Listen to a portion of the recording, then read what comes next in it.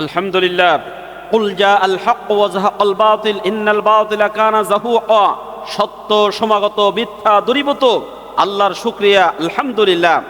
বাংলাদেশ জামাত ইসলামের secretary ATM Azharul Islam, উনি 27 মে 2025 তারিখে আল্লাহ রহমতে তার তিনি যে ফাঁসির কন্ডেমশনে ছিলেন, সেখান থেকে তিনি নিরপরাধ হিসেবে জামিনে মুক্তি পেয়েছেন।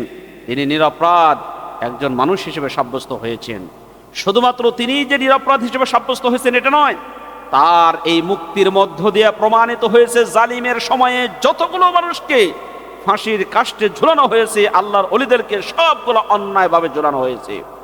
আলহামদুলিল্লাহ। এই জন্য বিশ্বনবী বলেছেন, সত্য সমাগত, মিথ্যা দূরীভূত।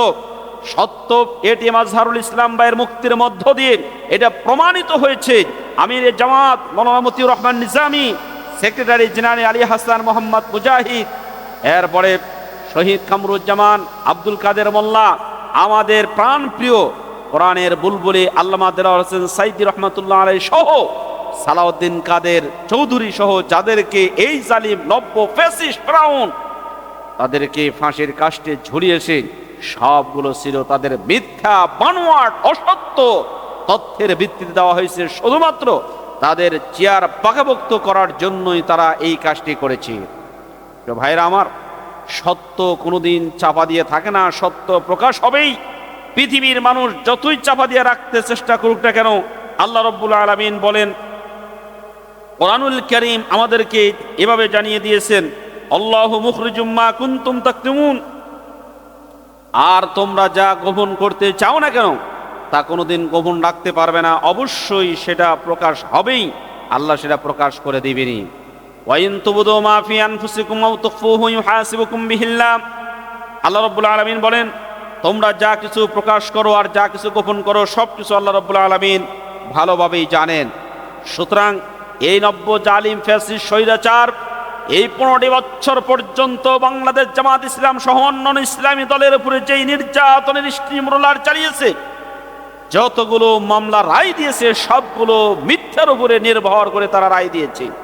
এটা এটিএম আজহারুল ইসলাম ভাইয়ের মুক্তির মধ্য দিয়ে প্রমাণ হলো তার সবকিছু ছিল অসত্য, মিথ্যা, বানোয়াট, ভিত্তিহীন।